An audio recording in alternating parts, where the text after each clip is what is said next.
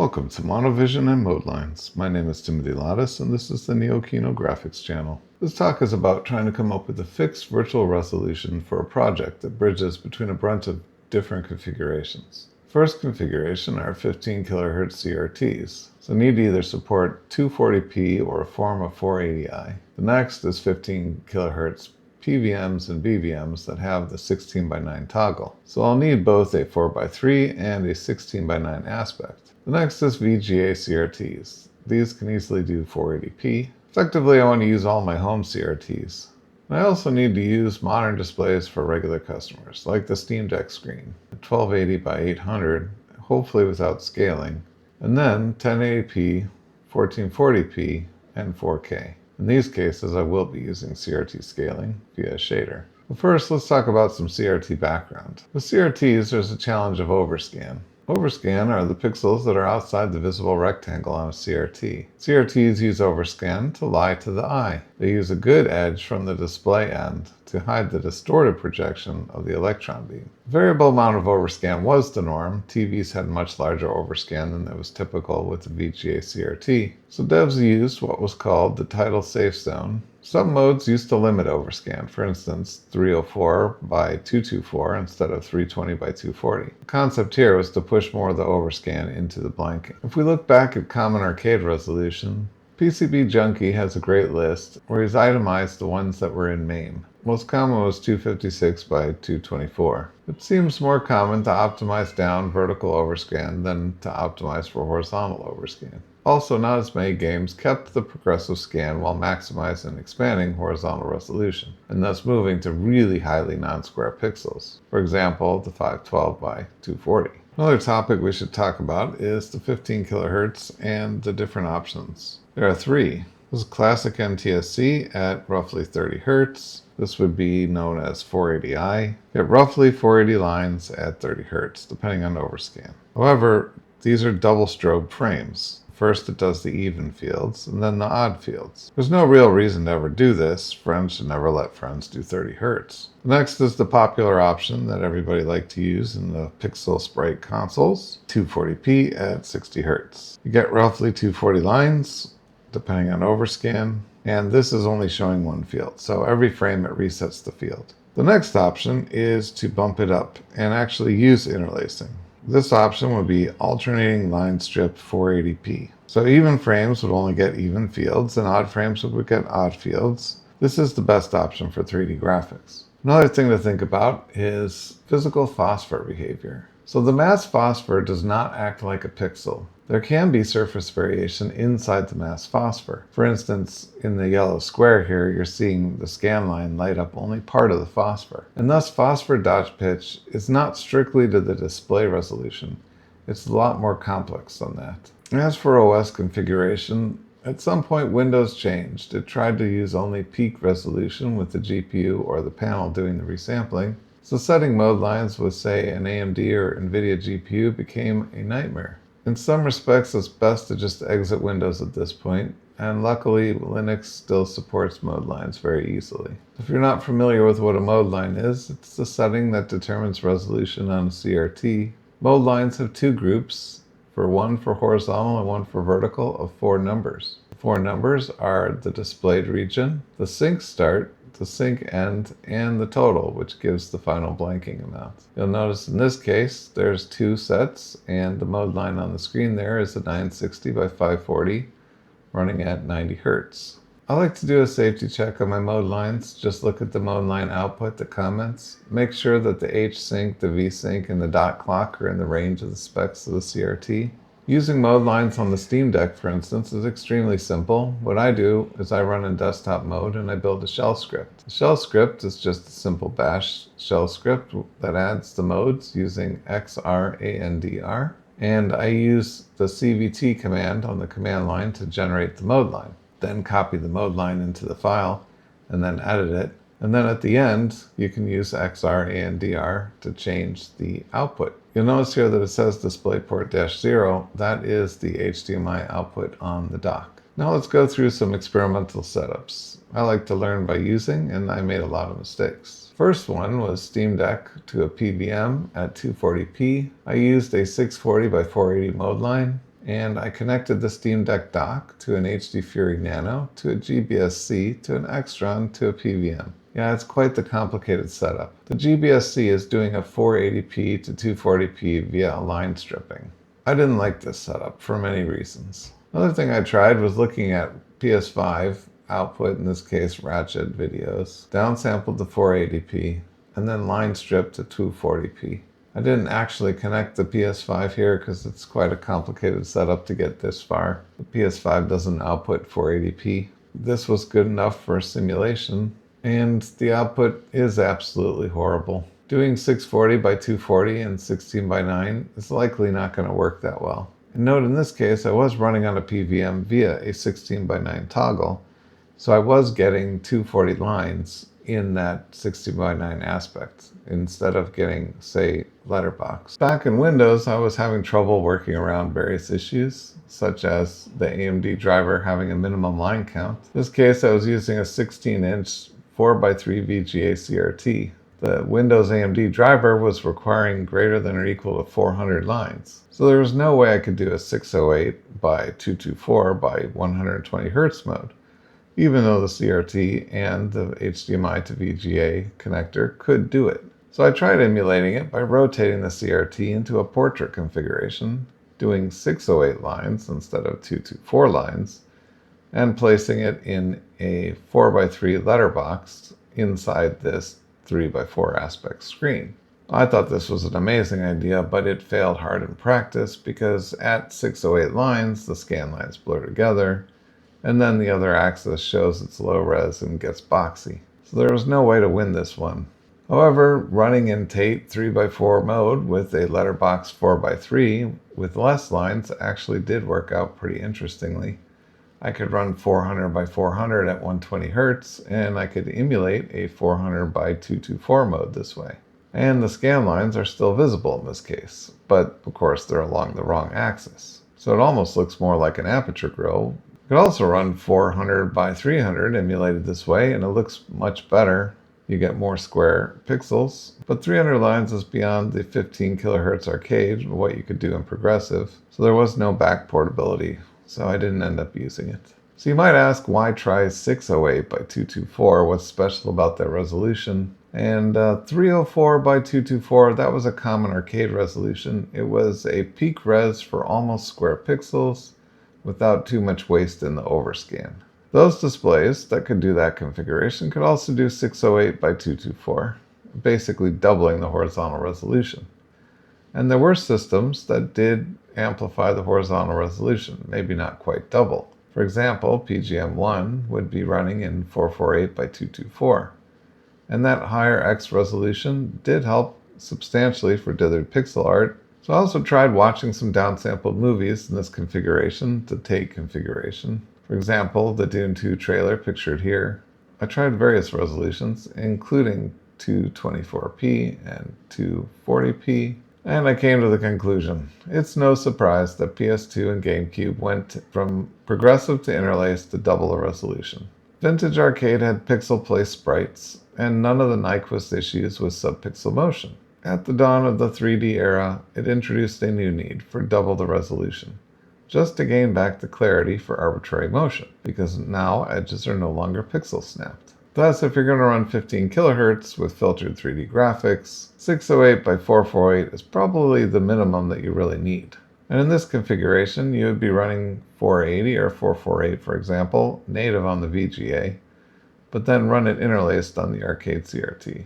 And in this case, interlaced as in line dropped, so you would still get 60 Hz. You'd just see different fields of different frames for even and odd. So I did a bunch of 15 kHz testing. This configuration was dual visualization. I had a PVM set up with a 16 by 9 toggle, and then I had another TV, a CRT TV in this case, running 4x3 aspect. And what's obvious here is I had issues with color calibration. I didn't color calibrate the CRTs because I typically depend upon the VGA LUT for the color calibration. So if I'm going to go down this route of dual visualization, I'm going to need to color calibrate inside the CRT itself. Another interesting old config was running a BVM. This would be a 720p capable BVM on a PC. In order to do this, I had to filter the signal through an Extron 201 RXI to get it to work. The nice thing was I could run as high as 1920 by 720 progressive in this config. The way this works is horizontal resolution is effectively free as long as you meet the timing requirements. So you can run a higher resolution potentially than what the monitor can support. This will actually come useful later when we get to the final part of this talk. When I was running in 720p mode, and the first mode line I ran was an ATSC mode line from the Myth TV listing. So let's move on to choosing a new config. So most CRTers and most CRT emulations, they're obsessed with the scan line, or specifically the scan gap. 240p and its associated black gaps between the scan lines. Usually these are displayed via an Aperture grill PVM or BVM, and those typically have much higher phosphor than signal resolution. And it's mixed with pixel snap pixel art. So this configuration pushes in one very extreme direction and has one very beautiful result. There is, however, the inverse of this configuration. This would typically be experienced with a 16:9 720p display, where there is much lower phosphor resolution than signal resolution, and instead one gets a continuously smooth image, and this would be typically mixed with running 3D graphics. A great example, this is running 720p on a Sony Vega Aperture Grill CRT TV. My favorite of the 16:9 CRTs is the Monivision 30-inch 16:9 VGA 720p curved CRT. Part of the reason I like this thing so much is because it is a curved CRT. Flat screen CRTs of this size typically have a bunch of distortion. This CRT would have been known as a presentation monitor because it actually only has a VGA input. This MD6552SW is a modified rebrand of the Princeton AF 3.0 HD. So this would be a cost cut-down version, but it still had the awesome tube, a 0.73 millimeter superfine pitch microfilter slot mask tube by Toshiba. The microfilter ones had a clear glass panel with RGB filters over the phosphors, so they let a lot more light through and they were quite a bit brighter. This particular display can do 30 to 52 kHz, 50 to 120 Hz, and it has just 65 MHz. Other nice thing about this display is it's under 155 pounds, so it is actually easy to move around. So what does superfine pitch actually mean? Let's start with an estimation. This is a 659 millimeter visible tube size. So that's your maximum horizontal resolution. We'll divide that by the 0.73 millimeter pitch. And we could estimate maybe somewhere around 900 TVL, or columns of phosphors. So while this thing can scan 1280 by 720, its phosphor resolution isn't necessarily high enough to resolve it. And the beam is wide enough such that 720 lines actually blend together.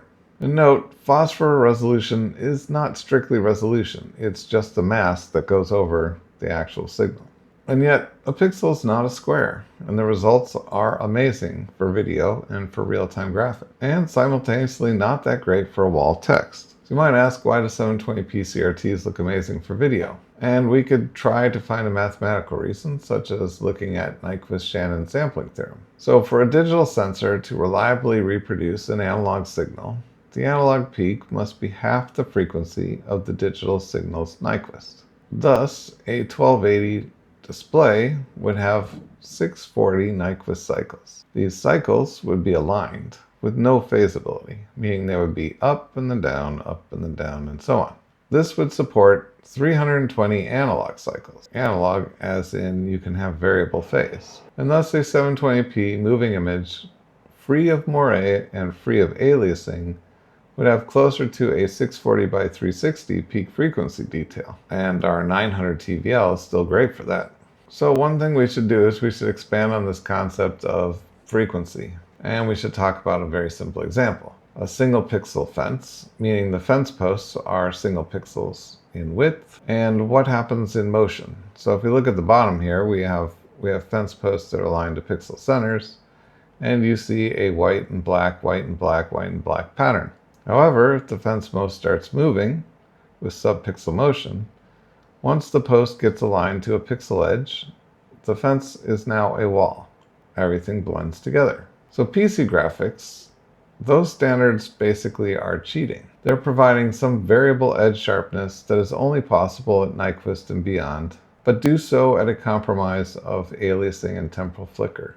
That aliasing and temporal flicker cannot be fixed or removed. Thus, it can effectively never reach the film standard of a good image. Note, a standard MSA box filter will produce gradients on the edge, and it will still have aliasing under the classic definition of aliasing. So in some respects, modern AAs, especially temporal morphological ones, are effectively blending between different alias states. So there are some steps to graphics nirvana. There's the historical 15 kHz to 24p arcade pixel snapping 2D art. Then there's our current era of modern PC game graphics.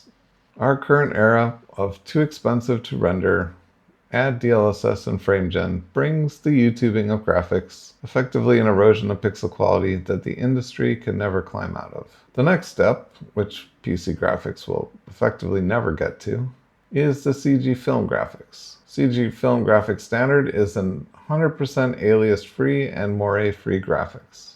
All pixel transitions are energy conserving. I would like to get here, at 720p at least, and I intend to do so. If we move beyond CG film graphics, there is one more step, and that is the multi-projector dome with total visual immersion. There is something that happens when you remove the visual framing of the screen, adding in full peripheral vision cues. However, this requires massive resolutions, massive frame rates, and of course, multi-GPU configurations that you pretty much only find in aerospace or other special setups. So when working with the Monivision and looking at interesting modes for Steam Deck development, I came across a few ideas. Steam Deck is a 1280 by 800 screen, and I could run 1280 by 720 at 60 Hz on the Monivision. That is at its peak limit. And that's a pretty good match for the native Steam Deck LCD, if it was letterbox. Another option would be run 1024 by 576. This has some nice multipliers of powers of 2, and I could run that at 80 Hz on the Monivision. I chose this resolution because it's closer to the dot pitch of the phosphor. Another option would be render 640 by 360 at 90 Hz. This would be an example of what you'd render on the Steam Deck if you're using a 1 to 2x2 CRT scaling and running its peak frame per second on the OLED version. At 640 by 360, I can see pixels. It's not great. The pixel art stairstep is quite visible, and the scan separation is only starting to get visible, so you don't get as much masking of the limited pixel resolution. Note, this is also with a stock flyback tuning, so I did not go and try to make the scan lines arbitrarily sharper, and there's a good reason for that, which I will discuss later. When I bump up to the 576p, I am near the resolution max of the phosphors, and there is no visible scan separation at this resolution. Pixels are close to the size of a phosphor, and the phosphor slot mask does hide the pixels in one axis, but not very well in the other, of course. And this has to do with the honeycomb pattern of the slot mask. Nice thing about running at the 576p is that text is actually readable. Pixel width fonts are fuzzy, but they are something that you can understand. You note here that the keyboard icon has details and you can make out the keys. When I bump up to 720p, this is now beyond the phosphor resolution, and surprisingly the text is still just about readable. Note, however, that the keyboard icon is starting to lose details. You don't know what's going on inside there. It might not be a keyboard, it may be a smiley face in this case. However, 720p looks great for pixel art because all the pixels are masked. You can't really tell where the pixels are anymore. Note, you can just see the horizontal interlace pattern in this 240p test suite image that has a sprite over the top, and the pixel dither does blend everything together quite well. So there's a bunch of issues for choosing a resolution. There's the physical compatibility of the display. There's also the desire to be working in 8x8 tiles on the GPU, and thus if we want to have some downsampling patterns, we'd also like our width and height to be, say, a multiple of 16, 32, or 64. There's also the issue of square pixels versus non-square pixels, but I don't think this is much of an issue because if you render with non-square pixels, that's fine. There's the other topic of letterboxing for rendering, which can be useful if you need to get down your render resolution and you don't want to scale. Then there's resolution scaling, which ideally I would avoid in a lot of cases, but if I use it, it will be a CRT scaling shader. And then there's the question of whether or not I should minimize for overscan for CRTs, like the traditional CRT TVs. And my conclusion here is no. Just use the title safe area and allow some stuff to go off screen that is not absolutely required. This project is going to be targeting a panoramic cylindrical projection. I want some perspective so that a human can relate to it, but I still want ability to view up to 360 degrees, effectively a superhuman perception. I really like the panoramic aspect ratio that's used in photography, such as Ken Duncan's photography. He's a fantastic artist of the 6:17 medium format. Typically, these are set up in a 3:1 aspect ratio, and they look fantastic for landscapes. So putting all the pieces together, I came up with a new idea, which is to run 1280 by 480 and to support a variable aspect ratio. This resolution is nice because it gives me 40 by 15, 32 by 32 tiles. So I can do 2 levels of downsampling at peak performance on the GPU. The 1280 by 480 makes for a 8/3:1 aspect ratio. This has square pixels and no scaling on a 720p display, but it has an extreme letterbox. The nice thing about this is if I'm hitting a Steam Deck OLED at 90 Hz, it has the same number of rendered pixels as 60 Hz at the full 720p. On the Monivision, I can run this at 80 Hz, and I'll be leveraging the OSD V-size to letterbox it for free. When I'm going back to CRTs, like the 15 kHz CRTs, I start with what is effectively a extra 2x supersampling horizontally over 640 by 480. And then I can take that 480p signal and I can do even and odd field line stripping. So I can get to 480i at 60 Hz for 15 kHz CRTs quite easily. However, I need to support 2 extra aspect ratios. If I'm running on a 4:3 CRT, I have a 1:2 pixel aspect ratio, and that's what you'd see on, say, a regular NTSC CRT TV. And then if I'm running on a PVM or BVM and I have the 16:9 toggle button, I'm now running at 16:9 and I have a 2:3 pixel aspect ratio. And notice this sounds a little confusing of how you can run a 1280 inside a 640 wide signal. That's very simple because the TV actually has no idea what frequency you're running on the horizontal. So now when I'm working with standard OLEDs and LCDs, for 1080p, I have a 2:1 aspect, also letterboxed, with a 1.5 to 2 CRT scaling. When I go up to 1440p, I have a 16:9 aspect, and I now have a nice 1 to 2 by 3 CRT scaling. And when I go to 4K, I go back to the 2:1 aspect, which is slightly letterboxed, with a 1 to 3 by 4 CRT scaling. So those ratios are quite nice for CRT scaling. The main thing here is that I'm keeping it simple. I have less permutations. I have a fixed 1280 by 480 resolution, and now I have a variable aspect ratio. This enables me to pre-allocate everything at init time, and I don't have to really be concerned with the final swap chain resolution. It also hits all my display configurations, and I get 90 Hz target on my min spec, which is a Steam Deck OLED. For my max spec, I am targeting 540 Hz because that is what the peak display rate that you can buy these days. And I roughly think I'll need capacity for just 6 times the perf scaling over the Steam Deck OLED, i.e. something like the Steam Machine potentially. However, the Steam Machine is not likely to be able to do the monitor target, so you'll probably need a PC with a bit better graphics card to do it. Below is a picture of what the Monivision looks like in this configuration. It's a 2:6:7:1 aspect ratio. It's wider than the modern films at 2.39:1. It's not quite as wide as those 3:1, 6:17 panos though. And the way I make this work is I use the OSD to configure the V-size to actually squish the screen into the middle. This has some advantages, such as I get less screen distortion using this method as well.